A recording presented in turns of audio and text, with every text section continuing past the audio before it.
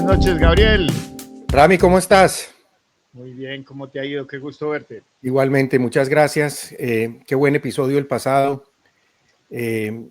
Extraordinario. Creo que tocamos muchos corazones. A mí me tocó el corazón. Empezando por el mío. Y Yo el quedé mío. muy conmovido. ¿No? Muy bien. Hoy tenemos un tema de pronto un poco controversial. Podría llegar a ser en algún momento, pero vamos a proponerlo.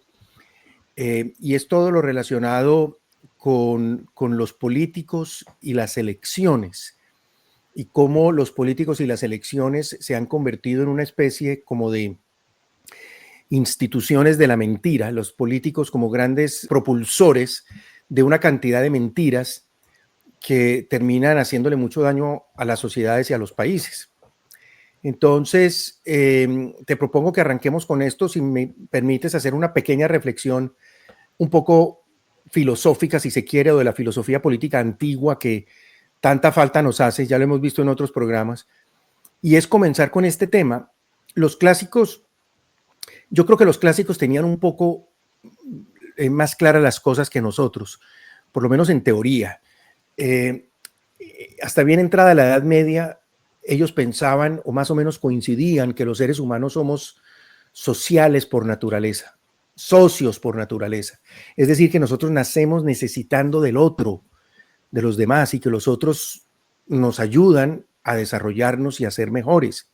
Y esto es bien importante porque indica que necesitamos de la sociedad, porque somos, como decía Aristóteles, animales políticos. En cambio, si tú miras la modernidad plantea algo completamente diferente. En la modernidad todos somos como una especie de seres individuales, aislados, que nos tocó vivir juntos. Qué jartera, o porque hay tragedias y nos tocó juntarnos, o como decía Marx, Rousseau decía que el verdadero causante de los mayores males era la persona que se inventó la propiedad privada. Y entonces puso la propiedad privada, puso una estaca acá y otra acá, y dijo esto me pertenece, y el otro puso lo mismo, entonces el de al lado se agarra con el de acá, y comienza una fuente como de conflictos. O el mismo Hobbes, que decía que por naturaleza el hombre es malo y tiende a pelear con el otro, a imponerse sobre el otro. Es una versión completamente distinta, y por eso en la Edad Moderna la sociedad se entiende como un pacto social al que todos accedemos misteriosamente o simbólicamente, y que gracias a eso pues vivimos juntos. Para los clásicos la formulación teórica es completamente distinta. Para los clásicos el Estado, la polis, la sociedad política va a ser una necesidad, y una necesidad buena y una necesidad justificada. Para los modernos, en cambio, es un mal necesario, si se quiere, pero es un mal. Digamos que en la filosofía política, decir que la sociedad es algo bueno implica una antropología, porque en la medida en que el hombre necesita al otro, ve en el otro que le representa un bien para sí mismo y también para el otro. La relación social implica como una mutua aporte del bien de alguna manera. Entonces somos socios por naturaleza, y existimos más allá de ser individuos aislados que existen el uno al lado sin relación, sino que existimos como en relación. Y las buenas sociedades, por eso vienen todos esos estudios de Aristóteles, de Platón, del mismo Tomás de Aquino y de muchos otros, que van a ser como esos estudios de qué es una buena sociedad, y empiezan a incorporar todo el tema del bien moral y de la virtud. Una buena sociedad tiene que tener mucha justicia, tiene que haber mucha justicia, tiene que haber mucha libertad, mucha equidad, mucha responsabilidad. Pero mira una cosa bien curiosa, tiene que haber mucha empatía, mucho respeto y ojalá, preferiblemente, amistad entre sus miembros. Aristóteles le dedica mucha parte al tema de la amistad y de la amistad política, ¿no? Que para él es como un grado de pertenencia a una comunidad que va más allá de la misma polis, ¿no? Mediante la amistad, dice Aristóteles, las ciudades se mantienen unidas. Entonces, fíjate ya de entrada cómo le va dando una importancia suprema a las virtudes, a la sociedad, y sobre todo este otro tema, y es que nosotros existimos en sociedad porque de alguna manera, y ya lo dije, hay como una finalidad inmersa allí, y esa finalidad, el fin que es tan central, está determinado como por esa idea de ser mejores, de buscar algo bueno.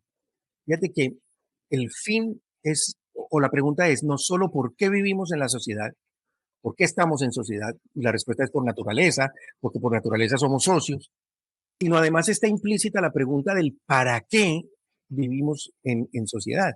Y la respuesta es clarísima, para vivir bien. Aristóteles lo dice hasta más no poder. El objetivo central es la vida buena.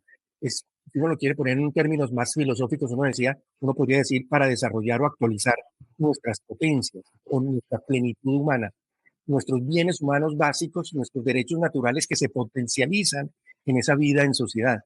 Entonces, de ahí va a surgir como esa idea de la finalidad como lo que va a cohesionar, lo que le va a dar sentido a toda sociedad. La noción de bien común se va a, digamos que transpira o se va a orientar a partir de ese momento. Mira, por ejemplo, las citas de Aristóteles, dame un segundo si puedo, aquí están. Cómo Aristóteles va a plantear, no, va a insistir mucho en ese, yo simplemente traigo tres, pero va a insistir mucho en esa misma idea del vivir bien. Estamos en sociedades para vivir no de cualquier manera, sino para vivir bien. La comunidad perfecta de varias aldeas es la ciudad, que tiene ya, por así decirlo, el nivel más alto de autosuficiencia, que nació a causa de las necesidades de la vida, pero que subsiste para el vivir bien. No es para vivir de cualquier manera, es para vivir bien. Y otra, no solo se han asociado los hombres para vivir, sino para vivir bien. Y otra, el fin de la sociedad es, pues, el vivir bien. Y una ciudad es la comunidad de familias y aldeas para una vida perfecta y autosuficiente. Y esta es, según decimos, la vida feliz y buena. Hay que concluir, por tanto, que el fin de la comunidad política son las buenas acciones y no la convivencia. Es interesante porque ya no se trata simplemente de una vida aislada donde no nos vamos a matar, donde tú haz lo tuyo, yo hago lo mío, ¿no? Esa idea moderna de la libertad mía basta, donde llega la tuya, entonces yo puedo hacer lo que se me da la gana, drogarme o lo que sea mientras no te moleste. En el planteamiento clásico es diferente. El planteamiento clásico hay una pertenencia o hay un sentido de pertenencia frente a lo social. Ahora bien, con esto espero ya ir como redondeando el tema. Esa vida en sociedad que busca ese bien, uno tendría que preguntarse, ¿cómo logramos ese bien común o ese fin al que está llamado? Y la respuesta es un poco obvia, ordenándonos. Ordenándonos de tal forma que todos los miembros de la sociedad hagan su parte. Fíjate que el concepto de orden es un concepto determinante para la filosofía política clásica. Toda sociedad necesita orden. Si todos agarramos por el lado que queramos, fíjate, en la casa de uno, si el hijo llega a la hora que se le da la gana, come a la hora que quiere, se levanta a la hora que quiere, la otra también, el otro también, pues termina viviendo en desorden. Y eso mismo le pasa a la sociedad. Por eso ellos reclaman siempre esa necesidad o insisten mucho en esa necesidad de una sociedad ordenada. De hecho, todos los estudios de filosofía política que hace Aristóteles de constituciones, donde va a distinguir buenos regímenes políticos y los va a contrastar con los malos, en el fondo es un planteamiento del orden que crean y el desorden que crean los unos y los otros. Entonces, la ordenación, o mejor, el orden, es que las personas que la conforman están bien dispuestas para que al final consigamos ese mayor bien posible para todos. ¿Okay? Ahora, esto que parece tan simple es sin embargo bastante profundo porque, y aquí nos entramos a nuestro tema, porque para que haya orden, ¿qué se requiere? Por lo menos un ordenador. Se requiere alguien que dé el orden a las cosas. Se requiere, porque es que el orden no surge, Rami, del azar, o del instinto, o del impulso. Y es acá donde nosotros empezamos ya a atisbar al político, al líder, al que logra darle como ese orden a esa sociedad. Y aparece también el medio a través del cual va a dar ese orden. Por ejemplo, el instrumento predilecto para los clásicos, la ley. La ley es lo que ordena a la sociedad, las conductas, le da ese orden para conducirlas al bien común. Entonces vamos viendo varias cosas. Primero, que somos socios sociales por naturaleza, que no somos aislados, que necesitamos de los otros. Estamos en sociedad, dos, para vivir no de cualquier forma, sino para vivir bien. Clave.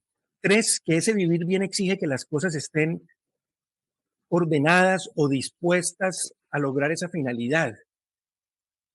Aristóteles va a hablar mucho de la felicidad. Nosotros estamos aquí es para la finalidad del hombre ser feliz. Feliz. Ya miraremos que Tomás de Aquino va a hablar de 2 tipos de felicidad, pero dejemos eso para el final. Y 4, que para que exista ese orden requerimos de un ordenador.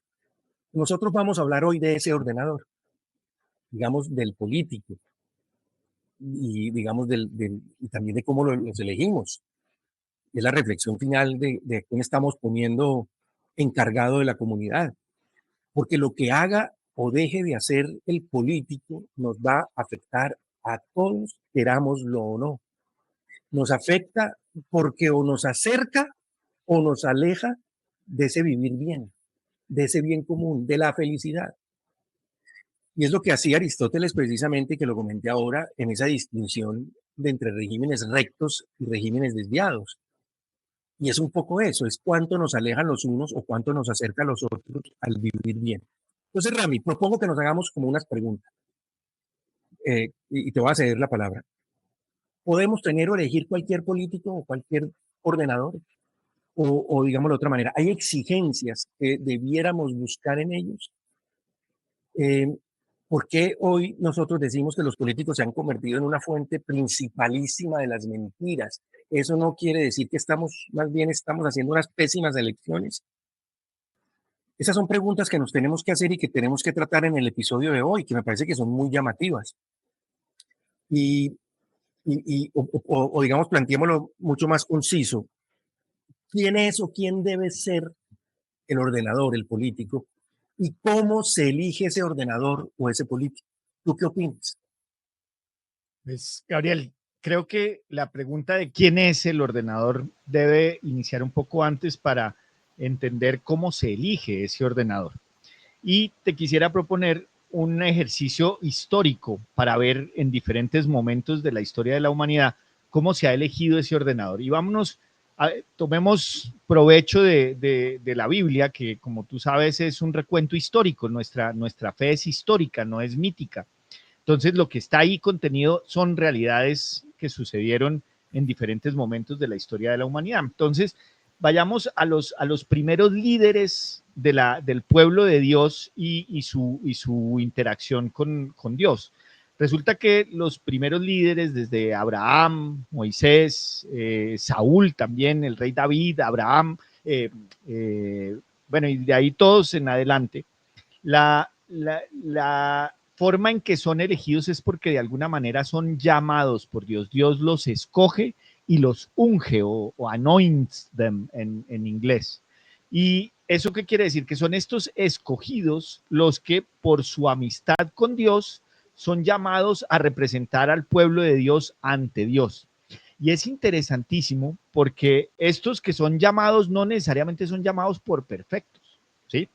Recordemos que, por ejemplo, en el caso de Moisés, Moisés fue un niño abandonado a la vera de un río en una canasta, estaba casi destinado a su muerte y lo recogen las mozas de la esposa del faraón, se la llevan a la esposa del faraón y la esposa del faraón lo decide adoptar. Es parecido a David. A David lo terminan escogiendo de entre sus hermanos que son más fornidos, mejor preparados, más ajustados para ser reyes que el mismo David. David era frágil, era dicharachero, era más pequeño, ¿sí? Y nadie le veía porte de rey, ni siquiera el papá de David le veía porte de rey. Y termina siendo el rey David, que como lo conocemos hasta hoy en día. Entonces Dios no escoge necesariamente a los más perfectos, por el contrario, escoge a personas que diríamos normales, pero con algo en su corazón, algo tienen en su corazón que los lleva a realmente ser fieles. Y es interesantísimo porque esta fidelidad también determina cómo le va al pueblo. Y entonces cuando Abraham está bien con Dios, le va bien a su familia en el desierto, en la peregrinación. Cuando se pone a desconfiar o a hacer, entonces le va mal. Lo mismo con Moisés. Cuando Moisés está bien con Dios, el pueblo de Israel es liberado, el mar se abre, les llueva maná del cielo, pero cuando Moisés desconfía de la voluntad de Dios y de la palabra y toca 2 veces, entonces terminan dando vueltas 40 años por el desierto. Igual con David. Cuando David cuenta el número de personas en su ejército, le va mal al pueblo de Dios. Y esto es interesantísimo porque efectivamente hay una importancia desde el principio de las calidades del gobernante que al representar al pueblo con Dios, su propia vida determina cómo está la relación de Dios con el pueblo. Entonces, un gobernante bueno, fiel y todo eso, le da prosperidad al pueblo. Un gobernante desleal, mentiroso, inclusive como Saúl, que se le tuerce a nuestro Señor al final, termina entonces perdiendo las guerras contra todos los vecinos.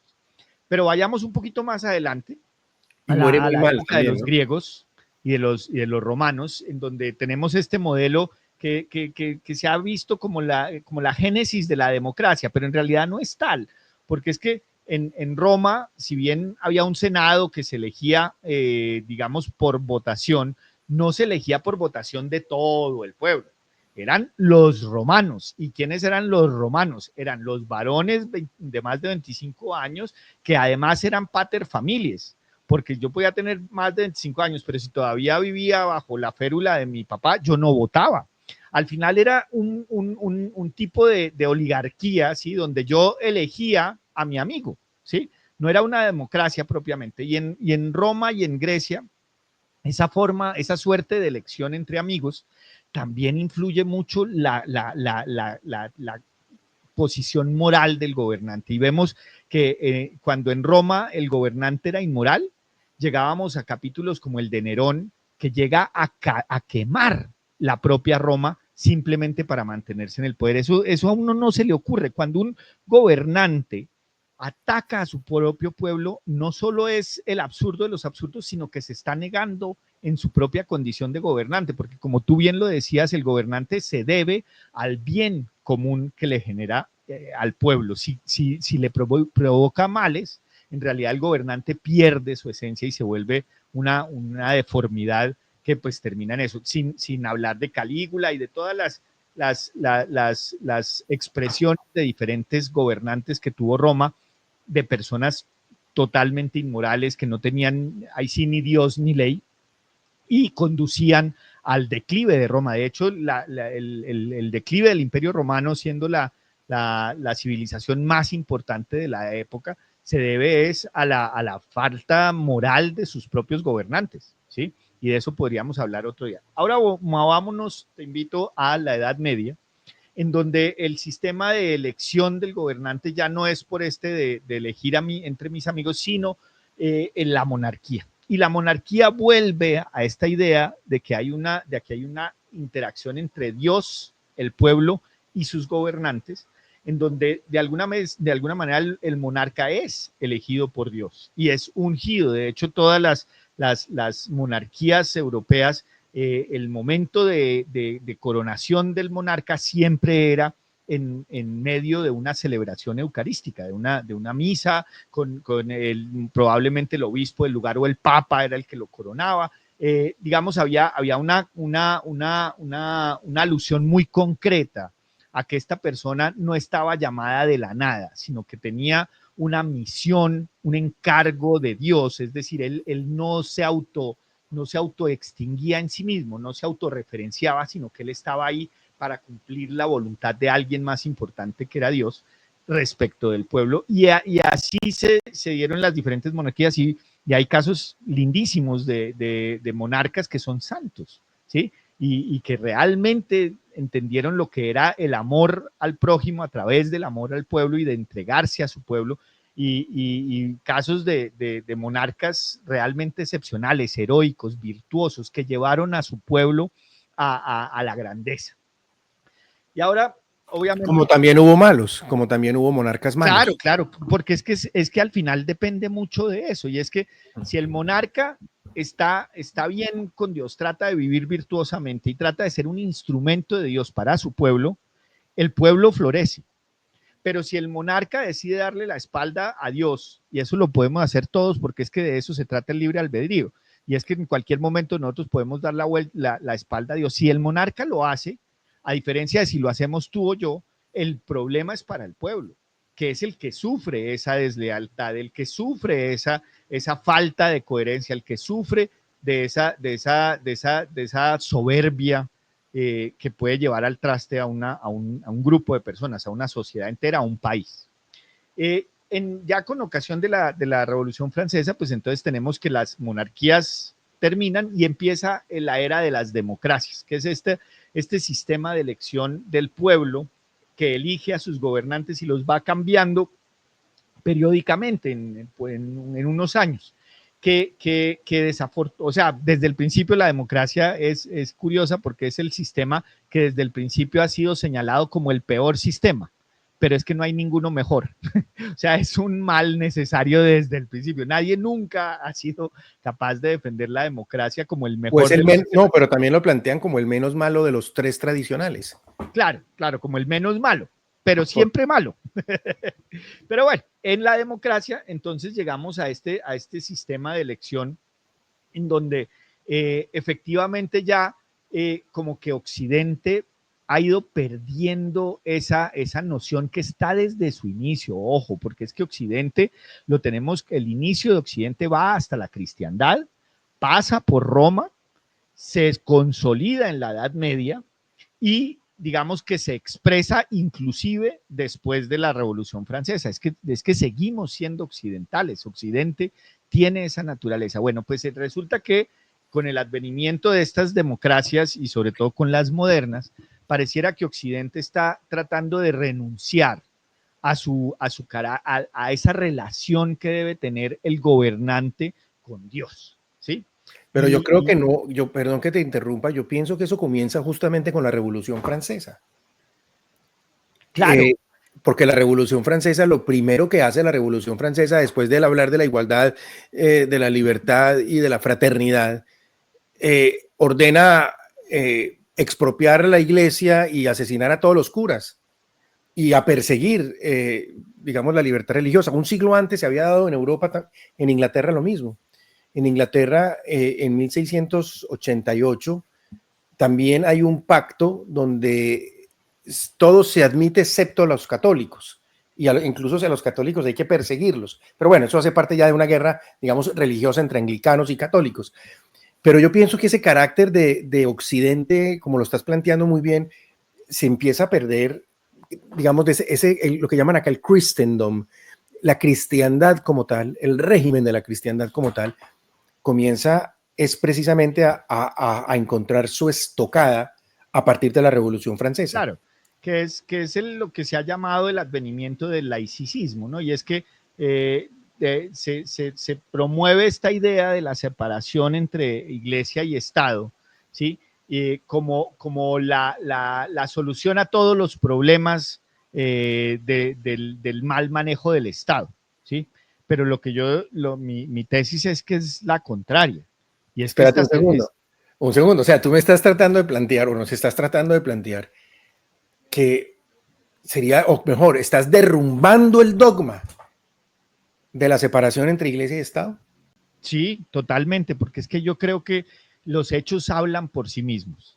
Venimos en esta escalada que es más bien una pendiente de esta separación entre iglesia y Estado, ya varios décadas o cientos de años, inclusive en algunos países.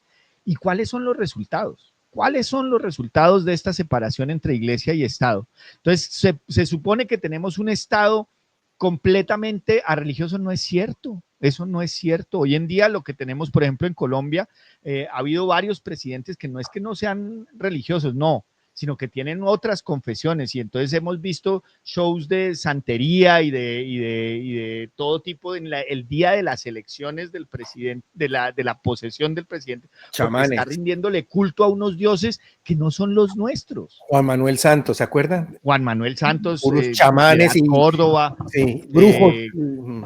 Claro, es que eso no es extraño en estos días, es decir, lo extraño es arrancar una presidencia con una celebración eucarística o con una liturgia cristiana. Eso es lo extraño hoy en día, en Occidente, en la sociedad fundada en la cristiandad. Es O que sea eso que hay no, como una especie, tú lo que estás planteando es como una especie como de contradicción, porque por un lado planteamos la separación de iglesia y Estado, pero por otro lado hay un fenómeno que quiere mantener una cierta correspondencia no con la religión católica, pero sí con un elemento de religiosidad. Eso es un poco lo que claro, plantea. claro, es que ojo, y esto es innegable, el ser humano es tanto espíritu como materia, y eso es innegable. El mismo ateo tiene en sí mismo una posición espiritual, que De es que acuerdo. no existe Dios, pero eso en sí mismo implica una relación Sí, espiritual, de acuerdo. ¿sí? Eso, Una ¿sabes qué me posición. acuerda? ¿Sabes qué me acuerda de eso? En Estados Unidos un momento crucial de discusión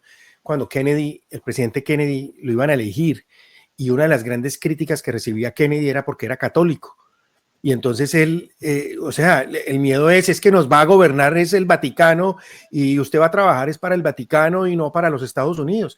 Y él tiene que formular un discurso, es más, creo que fue aquí en Texas, en el año 60, si mal no recuerdo, donde él dice algo así que miren, yo soy el candidato del Partido Demócrata que resulta que es al mismo tiempo un católico, pero que cree firmemente en la separación entre la iglesia y el Estado. O sea, él Esa es la actitud, tajantemente lo rompe.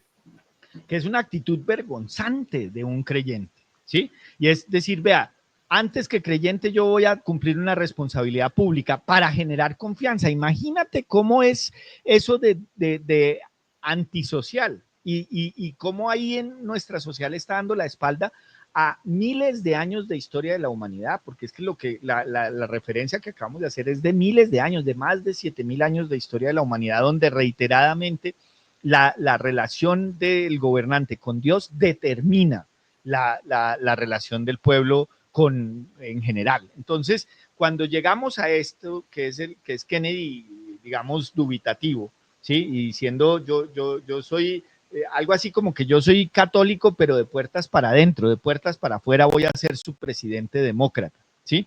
Ahí es donde con mucha precisión estás anotando lo que yo estoy diciendo. Y lo peor, yo no conozco bien, pero de golpe tú nos puedes ilustrar, es que yo creo que ese fue un punto de inflexión que terminó cayendo hasta el día de hoy. No sé Yo, si nos yo pudieras creo que profundizar. sí, yo creo que sí, porque si uno mira, por ejemplo, Dios no está presente en la Constitución de los Estados Unidos, pero sí está presente en la Declaración de Independencia. En la Declaración de Independencia se habla del Creador, se habla de la providencia divina, se habla del Creador como que ¿no? nos otorga una serie de derechos. En la Constitución, si yo mal no recuerdo, hay solo una mención por allá en el artículo, no sé si es el sexto o el quinto, donde plantea que no se podrá hacer un test religioso para ocupar un cargo público. Y en la enmienda primera, ya en la enmienda primera es donde se declara prácticamente ¿no? la separación de iglesia y Estado, no hay ninguna religión oficial del Estado, lo que hay es una libertad. Pero es muy curioso porque en este país, a pesar de esa separación, llamémoslo así, teórica o constitucional, o ese llamado a Dios, pero separémonos, sin embargo, la práctica desde los mismos founding fathers, de los fundadores, hay una mayoritariamente sentimiento de fe, no católico, cristiano de diferentes denominaciones, quizá con excepción de pronto Jefferson no tanto, de pronto Madison creo que tampoco era tan religioso, pero en términos generales, Washington que era masón, pero y a varios masones, pero también se convierten al catolicismo o a la religión. Hay por ahí hay una tesis histórica que Washington terminó en convirtiéndose al catolicismo al final de sus días. Eso se lo escuché yo a un padre acá, que se llama padre de apellido Blunt, que me llama mucho la atención ese padre por otras cosas que podría, a ver si me acuerdo más adelante. Pero uno ve a lo largo de todo el siglo XIX, casi todos los presidentes aluden a esa fe o a una fe religiosa centrada en la figura de Cristo, independientemente de la denominación que sea. Después de Kennedy, incluso católicos, por ejemplo, yo no sé si tú te acuerdas de John Kerry, que fue el candidato por el Partido Demócrata que se enfrentó a Bush por allá en el 2004, y que era un tipo completamente pro aborto, y sin embargo se hacía llamar católico, pero manejando el aborto, y eso después termina con el cinismo que lo acabamos de padecer con Biden, porque Biden es cínico hasta la médula, porque se hace llamar católico hasta la médula, enteramente católico, y prohíbe que no le digan que es católico, pero es el tipo más anticatólico que uno puede encontrar en sus posiciones.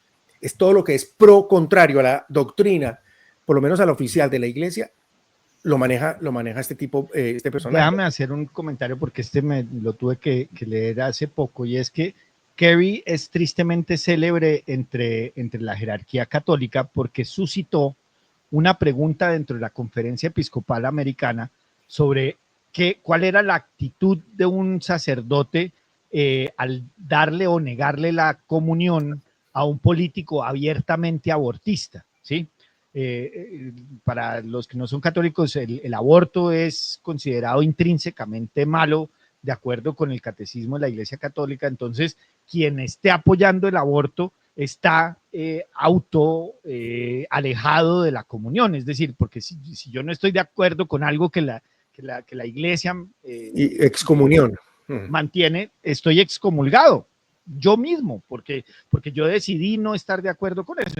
Entonces, la pregunta era muy válida y fue tristemente célebre porque desafortunadamente en ese momento los obispos de Estados Unidos no se pudieron poner de acuerdo, y entonces el comunicado que salió es que básicamente cada obispo en su lugar estaba libre de hacer lo que quisiera. En su momento Joseph Ratzinger les mandó un comunicado privado diciéndoles que no, que lo que tenían que decir es que efectivamente, en coherencia con el catecismo de la Iglesia Católica, se le debe negar la comunión a un político siempre y cuando antes el obispo se haya sentado con él y le haya explicado y esté claro que el político es consciente de la decisión de excomunión que él mismo está tomando, ¿sí? Por estar a favor del aborto.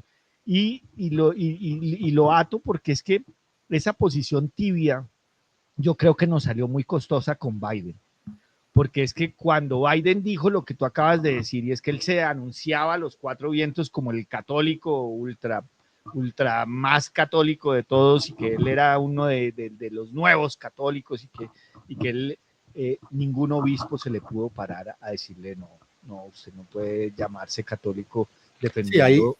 Sí, nosotros ojalá hagamos algún episodio sobre autorreflexivo, sobre las tristezas que hay dentro de la iglesia y las crisis que hay dentro de la iglesia católica, y la cobardía, la división, la desunión, y la falta como de valentía y de ordenación.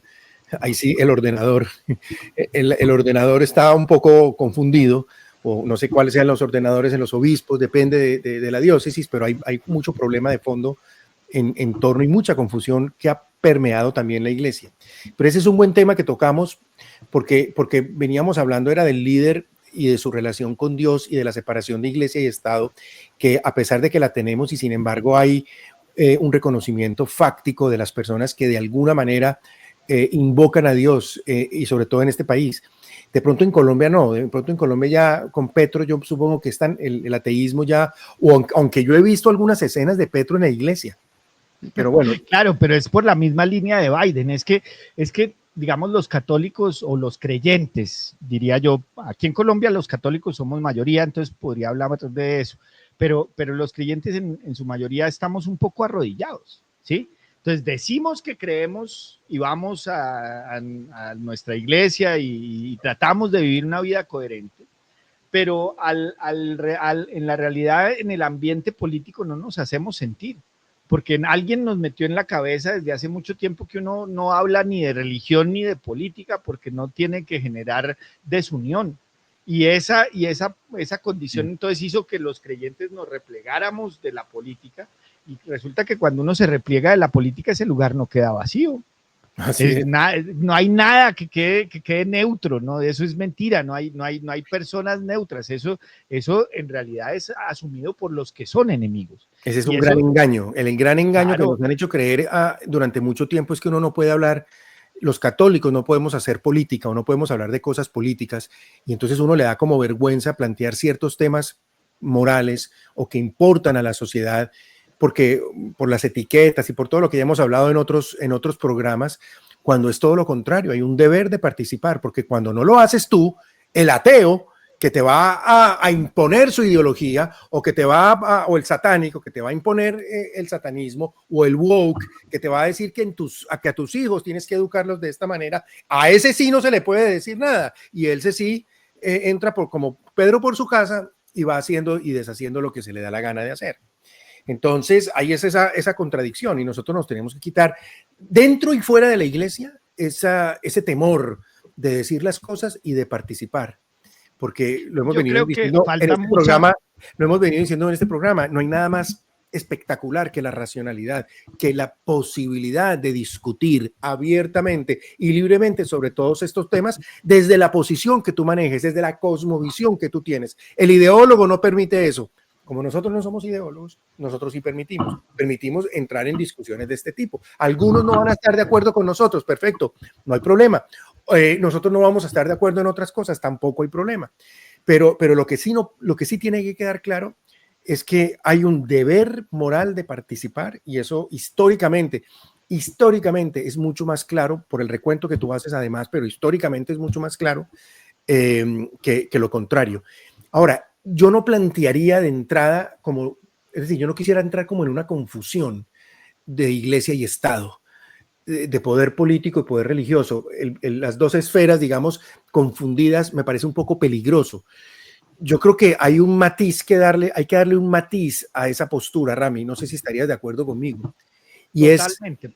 es decir, es distinguir entre el mundo del laicismo ideologizado, que separa radicalmente, y la laicidad, por llamarlo de alguna manera, que no es el laicismo extremo, sino un ámbito razonable de participación porque al final del día, lo que busca un católico, un cristiano, y lo que pone sobre la mesa son unos valores objetivamente buenos, que quisiera que estuvieran dentro de la sociedad, y los pone en consideración a la sociedad y busca persuadir a la sociedad para que los adopte.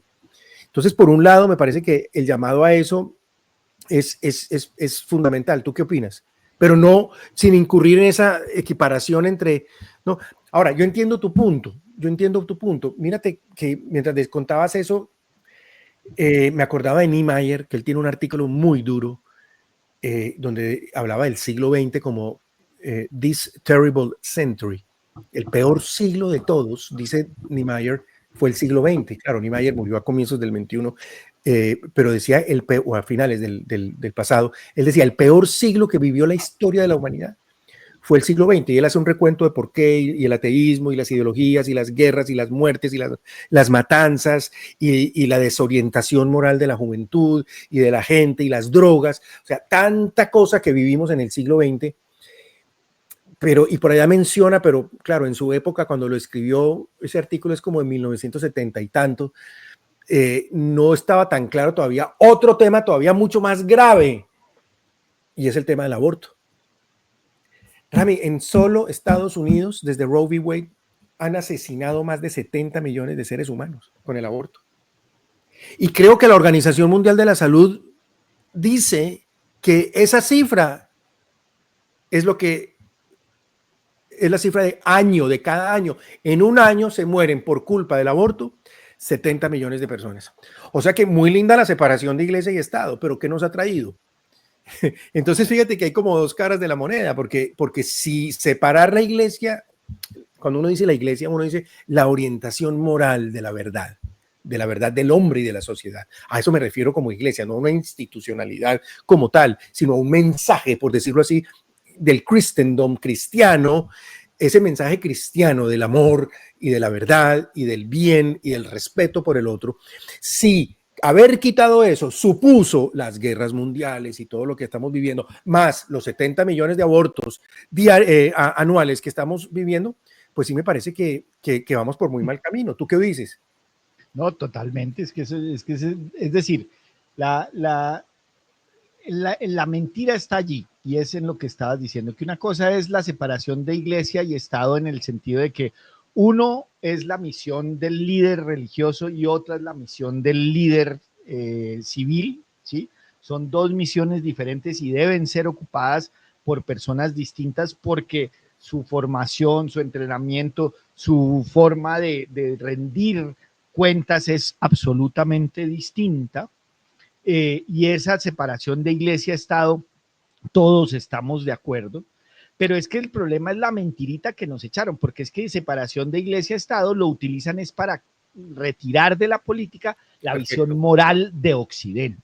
Y ahí es Perfecto. donde enredamos, porque entonces te estamos votando por unos líderes que de entrada se venden como inmorales, ¿sí? Que eso, que ahí ya Sí, lo que están es condenando a sus sociedades a lo que tú estás diciendo. Entonces, o con 70 una, millones de bebés claro, muertos en su vientre al año les parece un logro, o con una moral completamente rehecha, acomodada, acomodada, artificial. o Sí. incluso con una Biblia como esas Biblias de supermercado, que me sirve esto, pero esto no me sirve. Y entonces empiezan a seleccionar, ¿no? A ser muy selectivos con qué sirve y qué no Como sirve. Groucho Marx, que decía, estos son mis principios, si no le gusta, tengo otros. De acuerdo. Y me parece que estamos llegando a un punto ya central dentro de la discusión. Y es que, muy bien, nos toca, así como estamos viviendo en una época de ideologías y de confusiones y de mentiras y de pérdida del rumbo y del norte moral, por llamarlo así, y quienes decimos eso lo planteamos desde coordenadas de que entendemos que la verdad existe y que es posible conocer una verdad y que dos cosas no pueden ser la una verdadera y falsa al mismo tiempo y en el mismo sentido, una de las dos está equivocada. Quienes planteamos esto desde esta postura, pues lo estamos haciendo simplemente como un llamado de atención de advertir el quiebre moral que existe en Occidente hoy y la necesidad de encontrar en el animal político o en el ordenador o en el político una persona que tenga ciertas características. Creo que ahí es donde estamos arribando al punto central. ¿Y cuáles son esas características? Yo logro intuir ya de todo lo que hemos planteado que esas características, aunque es un poco fuerte decirlo, pero digamos, para la mentalidad moderna va a sonar durísimo, pero quizás es una persona que esté cercana a Dios o que por lo menos esté abierta a la verdad, para ponerlo ya no en términos religiosos, pero una persona no abierta a la verdad. ¿Tú qué opinas? No, pero yo sí lo pondría en términos muy específicos, porque es que el grado de oscuridad, de confusión, es decir, que hoy no le estén diciendo a un niño a los 6 años que es niña y lo pongan a hormonizar a espaldas de los papás o incluso en contra de la voluntad de los papás, esto requiere una respuesta seria y vigorosa. Entonces, no, a mí me parece que para enfrentar ese tipo de mentiras, el gobernante tiene que tener un elemento fundamental que se llama el temor de Dios. ¿Qué es el temor de Dios? Es una actitud primero humilde de la persona de saberse que es finito, que es limitado, que es necesitado, que no es todopoderoso, que es incompleto y que lo que le falta lo llena un ser supremo que lo creó por amor y que en respuesta a ese amor, a esa persona le toca ser instrumento del amor para los demás. Si nosotros tenemos gobernantes inspirados por esas verdades, que son verdades que para ti y para mí como laicos son súper evidentes, que nosotros tratamos de ser eso para nuestros hijos, para nuestros compañeros de trabajo, para las personas con las que interactuamos. Un creyente busca todos los días ser eso, ¿sí? Entonces, lo que yo sí digo es que estos son momentos que requieren tomar una posición firme y es que necesitamos gente que su mindset, su actitud mental sea esa, sea buscar agradar a Dios, sea buscar ser instrumento de Dios, sea tenga claro esta relación de amor única y especialísima entre un individuo limitado, una criatura limitada y su creador, en la cual el creador se abaja, se hace uno como uno más, como las criaturas, para entender su sufrimiento y se entrega sin limitación a su criatura. Cuando uno tenga a una persona con esas ideas, con esa claridad en su corazón gobernando, uy, te aseguro, Gabriel, que vamos a experimentar unas sociedades con el grado de tecnología y los avances que hay maravillosas, donde al final del día los seres, los vinculados a esa sociedad van a poder vivir bien, ¿sí? Fíjate, En el sentido aristotélico, fíjate que ¿no? está- mm, fíjate que estamos llegando como a una conclusión que es la misma conclusión que dijimos en algún momento sobre las ideologías. Una de las grandes conclusiones que la dice Vogelin, el core, el corazón, el centro, la esencia de todas las ideologías es solo una, la muerte de Dios. Y ahorita lo que estamos planteando es todo lo contrario. La recuperación, el centro de Dios es lo que debe operar no solo en el corazón de cada uno, sino en el corazón de la sociedad, en el corazón de la política. El político, el que hace político, el verdadero político, no debe tener miedo de reconocer a Dios como su ordenador a sí mismo, como su centro. Y fíjate, ¿y por qué esto es importante? Porque, y aquí pensando en Vogelin, porque no solamente, o en Santo Tomás, no solamente el que cree en Dios se hace dócil a la verdad, sino, como dice Vogelin, está open to the ground of being, como a la fuente del ser. Y esa fuente del ser es la trascendencia, es Dios, desde una perspectiva, digamos, mucho más filosófica. Vamos concluyendo, porque se nos está, pero está interesante el tema, y creo que logramos, me asusté un poquito con la separación y volver a la unidad, pero entiendo perfectamente que no se trata de confundir las dos esferas, sino mantener cada uno su ámbito y una relación, digamos, muy sana que se puede dar entre ambos. Yo quisiera hacerte unas preguntas, digamos, ya de cara, preguntas, bueno, como la más fácil, de hipótesis que suceden en los países nuestros permanentemente en nuestras democracias. Y la primera sería una muy fácil. Si hay dos candidatos a quien elegir, uno es creyente y el otro no es creyente, ¿por quién votamos?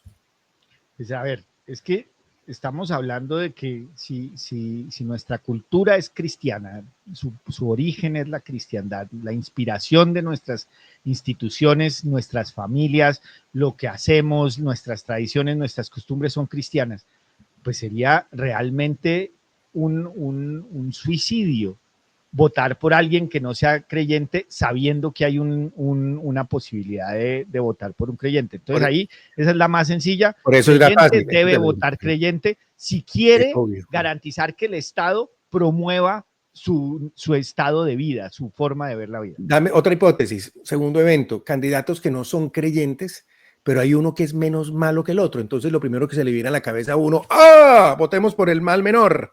¿Tú qué dirías?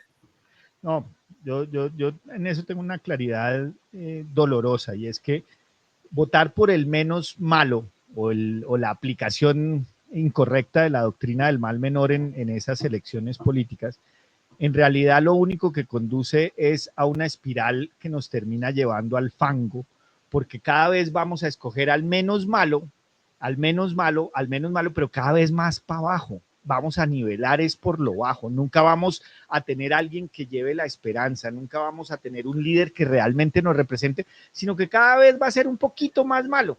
O sea Y que, eso nos va a llevar, perdón, a una forma de anestesiamiento, que es ok, la que yo creo que hemos vivido en Colombia, en donde los creyentes ya asumen una posición como de que esta es la suerte que nos tocó. Esta es la sociedad en la que tendremos que vivir y que van a vivir nuestros nietos. Y esta fue la transformación de la historia. Hasta aquí llegó la historia. esto fue Porque lo que ya dio la tierrita.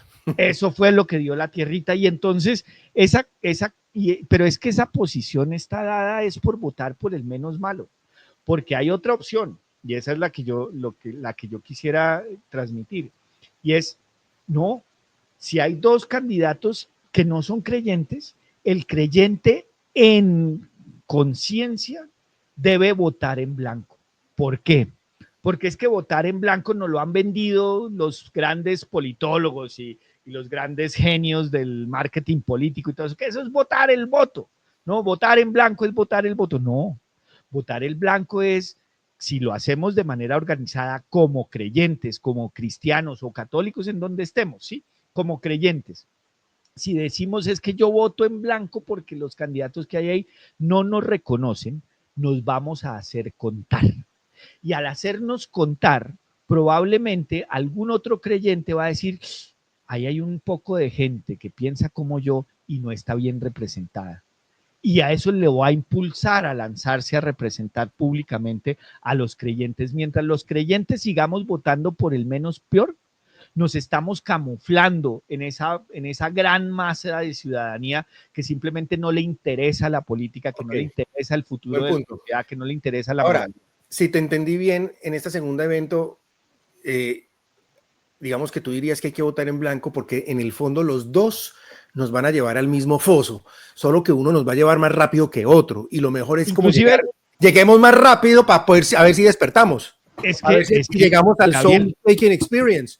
Gabriel, es que, mira, yo te digo, si hubiera ganado aquí el ingeniero, ¿sí? Cuando estaba Petro contra el ingeniero, hoy sería muy difícil hacerle oposición al ingeniero. Bueno, hoy estaría muerto, pero sería muy difícil hacerle oposición al ingeniero porque como se vendió como un líder de la derecha, ¿sí?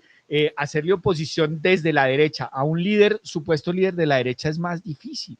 Entonces, nos habría hecho más penosa la reivindicación de los valores fundamentales como la vida, la familia, la libertad religiosa, todos estos valores fundamentales que son de la esencia del pueblo colombiano, no los habríamos podido defender tan fácilmente si hubiera quedado alguien que se vendía como la derecha, pero realmente no. Entonces yo sí creo que es mejor en esos casos, vámonos rápido al foso y defendámonos y en el foso resistamos y ahí en esa resistencia vamos a hacer una cosa que la Iglesia Católica nos ha recordado desde su inicio, y es que la Iglesia Católica está hecha y construida sobre la sangre de mártires.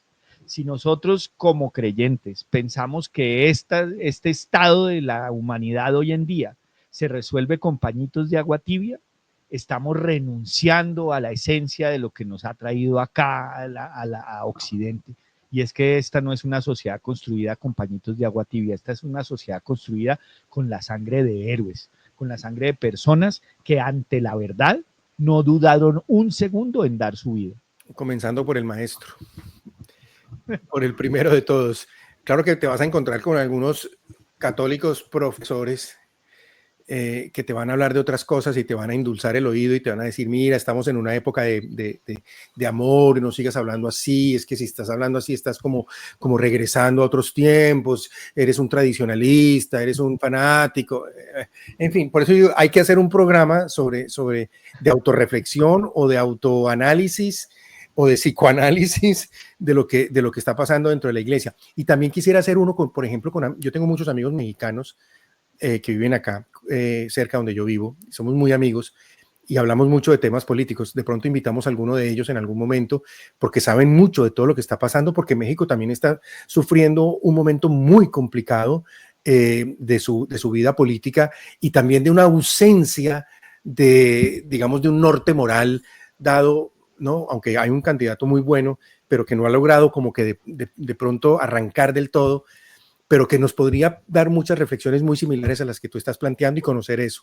Argentina es otro fenómeno que me fascina por el tema Milei, aunque tengo mis ciertas discrepancias con algunos temas de Milei, pero a grandes rasgos me parece que está haciendo una muy buena labor, por lo menos está ayudando a despertar a mucha gente de mucha estupidez y de mucha confusión que hay. Déjame darte una tercera hipótesis.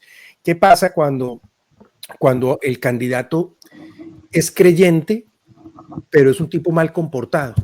Es un tipo, por ejemplo, que no tiene las virtudes clásicas o no se expresa bien o es grosero o le falta misericordia o a veces es borracho. No sé, esos casos en los cuales su postura moral no es tan clara, pero es una persona que, digamos, se llama, ¿no? Va a misa o por lo menos manifiesta que es una persona creyente. ¿Qué haces tú ahí? Bueno, lo primero es, digamos, reconocer que todo creyente, si ha vivido el camino de fe, es el primero en reconocer que no hay nadie perfecto. Pues no, los creyentes somos inclusive los más defectuosos de todos, los más limitados, y por eso necesitamos a Dios, para que Él nos venga y nos rescate de nuestra propia limitación. Entonces, un creyente de verdad no busca que haya alguien perfecto. Y hecha esa salvedad, hay dos condiciones diferentes. Una, la del limitado, que está justificado en su limitación, y la del limitado que lucha contra su limitación y le pide a Dios que lo ayude. ¿El justificado quién es? Es esa persona que comete un error y dice y lo trata de justificar. Hay, por ejemplo, tuvo relaciones sexuales con una persona y dice, no, eso que yo hice no son relaciones sexuales fuera del matrimonio porque ese acto yo no lo defino como un acto sexual, sino es otra cosa. Y entonces se justifica y esa persona nunca cambia, nunca sale de ahí, ¿sí? A diferencia del que comete ese error y dice, sí, lo cometí, estuvo mal, asumo las consecuencias, si esa consecuencia es renunciar, renuncio, ¿sí?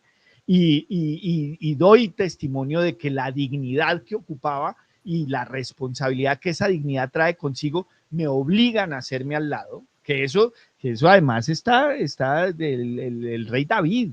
Hace unos poesías hermosísimas que las repetimos nosotros en los salmos, pidiéndole perdón a Dios por su propio mal comportamiento a nivel sexual, nada más y nada menos, ¿sí? Matando Y eso, a uno de sus mejores amigos y claro, no, acostándose con la esposa de uno de sus mejores amigos y la historia es más, y la deja embarazada, y entonces cuando se da cuenta, y ¿qué hago? Y entonces lo manda a primera fila de la guerra para que lo maten a su amigo. pero mira lo interesante de se queda callado, porque es que él se queda callado y no cuenta. Tiene que venir Dios y pegarle el cimbronazo y cae él en cuenta de su error y se arrepiente. Estás tocando un punto esencial y central, porque muchas veces cuando uno lo critican por hacer este planteamiento desde una postura religiosa, dicen, es que estos católicos, como se creen tan superiores, se creen tan santos, es todo lo contrario. Cada vez que nosotros hablamos de estos temas lo hablamos desde el defecto, desde la finitud, desde la poquedad, desde lo malos que somos y desde los errores que cometemos permanentemente. Estamos hablando desde la necesidad, somos necesitados de Dios. Fíjate cómo es. Y tener un líder con esa conciencia hace la diferencia, porque si el líder no tiene esa conciencia, entonces va a seguir justificado en su error y eso se va a trasladar a su ejercicio. Pero si el líder tiene esa conciencia de su limitación, pide perdón y trata de cambiar, lo que le genera es esperanza al pueblo, le genera la capacidad de reconvertirse, de volver a Dios, de volver a hacer las cosas bien, que eso lo necesitamos todos los seres humanos. Es decir, si Dios no nos diera segundas oportunidades, pero es que la segunda oportunidad depende de que nosotros tengamos la voluntad de reconocer que hicimos mal y que necesitamos ayuda para hacer el bien. Si eso, y entonces con eso respondo tu último caso, que tal vez es el más difícil, y es, ¿qué pasa si el líder es católico, creyente, pero se porta mal? Pues hombre, miremos a ver si es una persona que es consciente de su limitación o se está justificando en su limitación. Y eso hace la diferencia. Yo votaría 1000 veces por el rey David arrepentido, porque sé que el rey David arrepentido va a inspirarnos como sociedad, como cultura y nos va a llevar a un mejor estadio que por un expresidente americano que diga, no, eso que sucedió con esta interna de la Casa Blanca no fueron relaciones sexuales porque yo hice las cosas diferentes, ¿sí? Sí, tal cual. Eso, y es sustancialmente clara. En el fondo, Rami, yo creo que la conclusión es esta, es reconocernos, incluyendo al político, es cómo nos reconocemos. Por eso yo dije al comienzo que había detrás una antropología muy grande dentro del planteamiento clásico, y algo de lo que no terminé hablando fue del ejercicio de las virtudes, de por qué hay es transversal, tanto en Tomás de Aquino como en Aristóteles, la alusión a la vida moral y al comportamiento y al ejercicio de la virtud, del hábito operativamente bueno que nos hace mejores, porque es una exigencia de los seres humanos que conforman una sociedad. Lo es porque somos malos, porque somos muy poca cosa, porque necesitamos ser mejor, porque necesitamos superar nuestros defectos. Entonces, quien habla no es el tipo perfecto, sino que habla es una persona tan necesitada como el otro, pero que está invitando o buscando al otro para que entre todos construyamos una vida moral mucho más sana y mucho mejor. Entonces, en ese sentido, uno lo que esperaría de un líder y de un político es, llamémoslo, el que tenga temor de Dios, o que se sepa que es una persona que necesita de los demás, pero principalmente que necesita de Dios, que con sus solas fuerzas no va a llegar a ninguna parte. sea liberal, sea conservador, sea de izquierda, sea de derecha, no importa si es demócrata o republicano. Lo importante es que sea una persona que se sepa reconocer no como creador, sino como criatura, como creado, como necesitado. Y eso marca una diferencia enorme. Uno mira la historia de los filósofos, la historia personal de la vida de los filósofos, y hemos hablado de algunos acá, de Rousseau, de Voltaire, de Marx. Era una porquería de tipos en su vida personal. Tiene una cantidad de defectos porque precisamente todos se creen autosuficientes, dueños. Hay algo que es común en esa historia de la filosofía. Casi que todos dicen, lo que yo acabo de descubrir, wow, ya encontré la verdad. Fíjate, y todos dicen lo mismo. Y Hegel, y fíjate cómo lo contrario en un Sócrates. Sócrates es, solo sé que nada sé. Y era el tipo que más sabía. Impresionante, ¿no? Santo Tomás va a plantear mucho este tema a través de sus obras, pero hay una que no es en la Suma de Teología o la Suma Teológica, sino en el opúsculo sobre el gobierno de los príncipes en De Regno. Él va a plantear algo muy parecido sobre esto, porque nos va a enseñar y nos va a decir, primero, hay cosas que son necesarias para una buena vida, para una vida feliz. Acuérdate que en el fondo la sociedad lo que busca es eso, vivir bien. Y dice una cosa muy interesante, primero, que se obre conforme a la virtud, dice Santo Tomás. Esto es lo principal. Espérate a ver si la tengo por acá. Aquí está, ya la pusiste. Ok, exacto. Que se obre,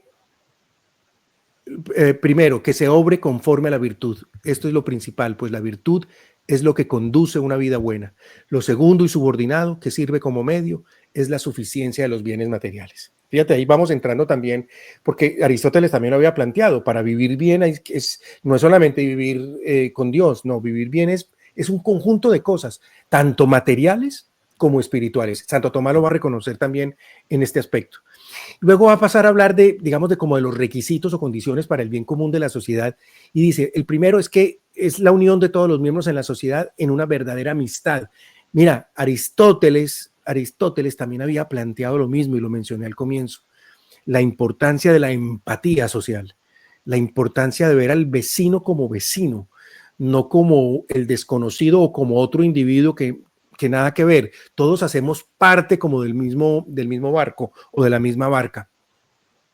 Cuyo fruto necesario es la vida pacífica. Mientras más amistad hay, la vida es mucho más pacífica.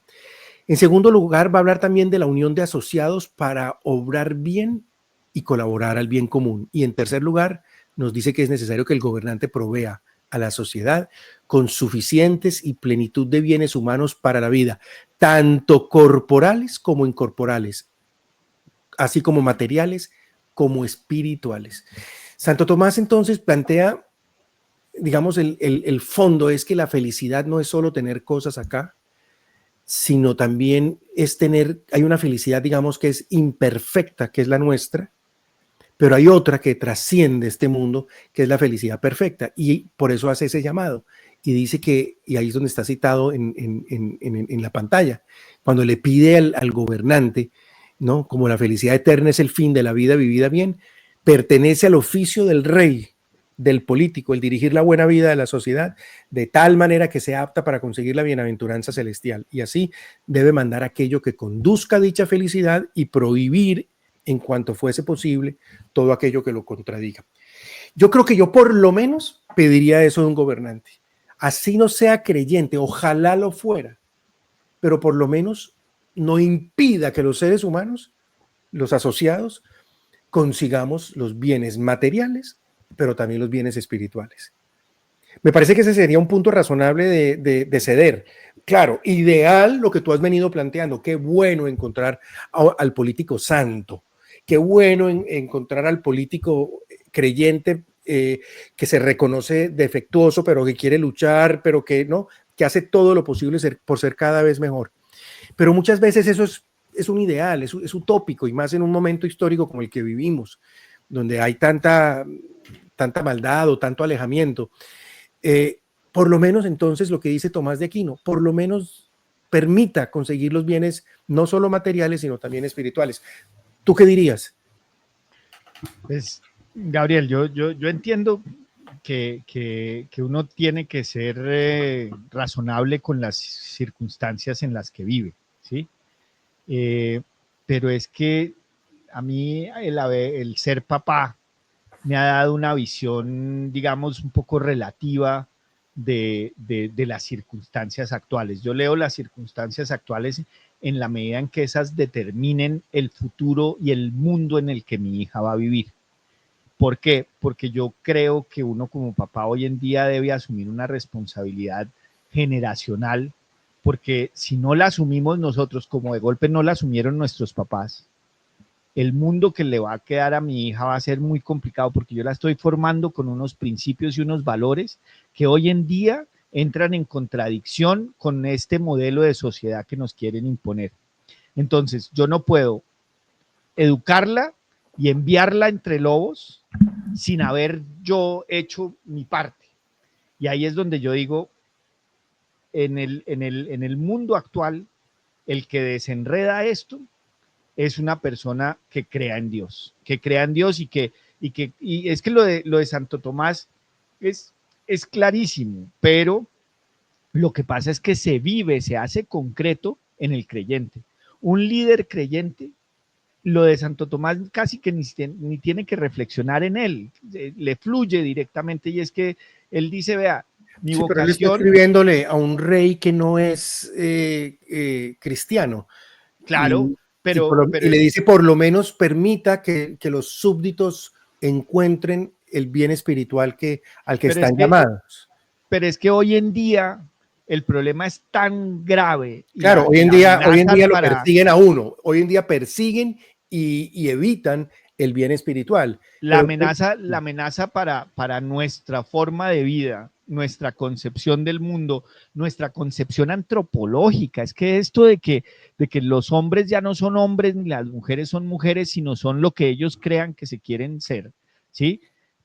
Está poniendo a nuestras hijas a competir en esgrima con hombres, ¿sí? Y cuando dicen, no, yo no quiero competir con un hombre porque esto es injusto, la echan, ¿sí? Entonces, si yo estoy en ese contexto, yo como creyente, yo no puedo pensar generosamente en que va a haber una persona que no cree, ¿sí?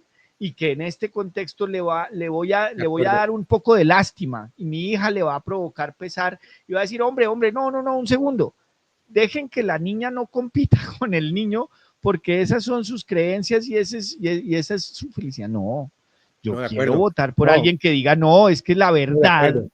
la realidad es que hombres con hombres, niñas con niñas, ¿sí? Fíjate que hay una figura en la política actual que es Donald Trump, que es bien enigmático en ese sentido, porque Donald Trump no ha sido una persona abiertamente religiosa, pero lo es. Y sobre todo después de Butler, cuando le pasa lo del atentado, él mismo públicamente reconoce que fue Dios el que le salvó la vida y que lo tiene para algo. Yo también, yo ese día le dije a mi esposa, estábamos llegando al mercado y le dije, apenas vi la noticia y ese susto que nos dio, y me lo volteé y le dije, ¿sabes qué? Donald Trump va a ser el próximo presidente de los Estados Unidos. Porque lo que le acaba de pasar, eso solamente tiene una explicación y es una intervención divina, y así lo creo yo. Y así lo cree él. Y fíjate que él, a pesar de no ser esa figura creyente, sin embargo, es una figura que en la mayoría, no en todos, pero sí en la mayoría de temas que nos afectan o que hemos discutido acá de la gravedad de los temas de confusión morales, no todos, hay unos en donde podríamos discutir muchos temas, pero o algunas cosas, pero digamos en ese grueso me parece que está haciendo las cosas bien.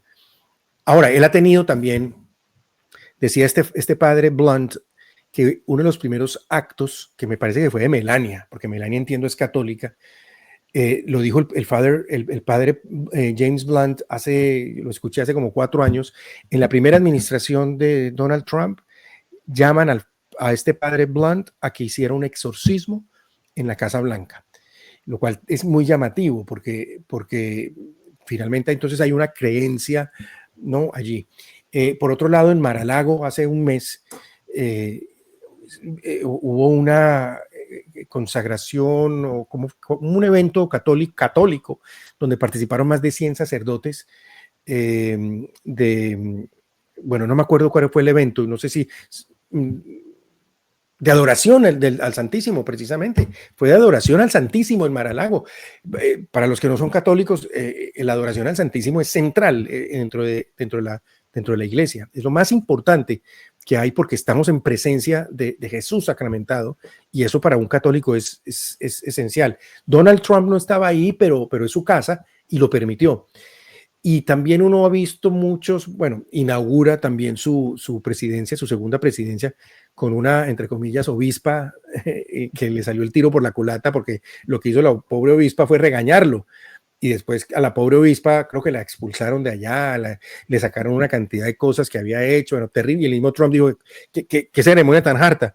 Y con toda razón, porque una obispa woke y progre y todo eso. Pero bueno, más allá de eso, yo creo que él tiende como, o él muestra una cierta tendencia a una cercanía a estos temas. Y temor de Dios, pero está en su proceso como todos. Y puede Entonces, estar, eso es lo que dice. Le falta fortalecer. Y que está en un proceso de conversión. Vamos a ver dónde llega. Pero bueno, Rami, como todos estamos en un proceso de conversión. De acuerdo, Rami, nos estamos extendiendo mucho, sí. Pero yo creo que fue un episodio muy bueno. Yo creo que como conclusión es, somos imperfectos, necesitamos de la sociedad, necesitamos vivir bien, y ese es el objetivo, ser felices, aquí y sobre todo allá, y que ojalá la persona que elijamos sea una persona que nos ayude a transitar ese camino, de tener una vida buena, una vida feliz y sobre todo una vida donde podamos alcanzar los bienes espirituales que son finalmente los más importantes de todos. Una persona temerosa de Dios, que ame y por lo menos que esté abierta a la verdad, que no sea de esos que cierra su corazón o que está ideologizado, sino todo lo contrario, que de buena fe, que con buena intención, con buena voluntad, ¿no? Las personas de buena voluntad quieres saber la verdad, que no estás cerrada a ese diálogo como desafortunadamente muchos de nuestros candidatos y políticos hoy en día lo están. Rami, qué alegría a todos nuestros oyentes, a nuestros participantes, televidentes, creo que es como se dice. Muchas gracias también por todo lo que nos han dicho. Ahí seguimos haciendo pruebas técnicas y cada día tratando de mejorar más. Bueno, que estén muy bien. Una feliz noche para todos. Rami, muchas gracias. Igualmente, Dios te bendiga. Que estés muy chao. bien.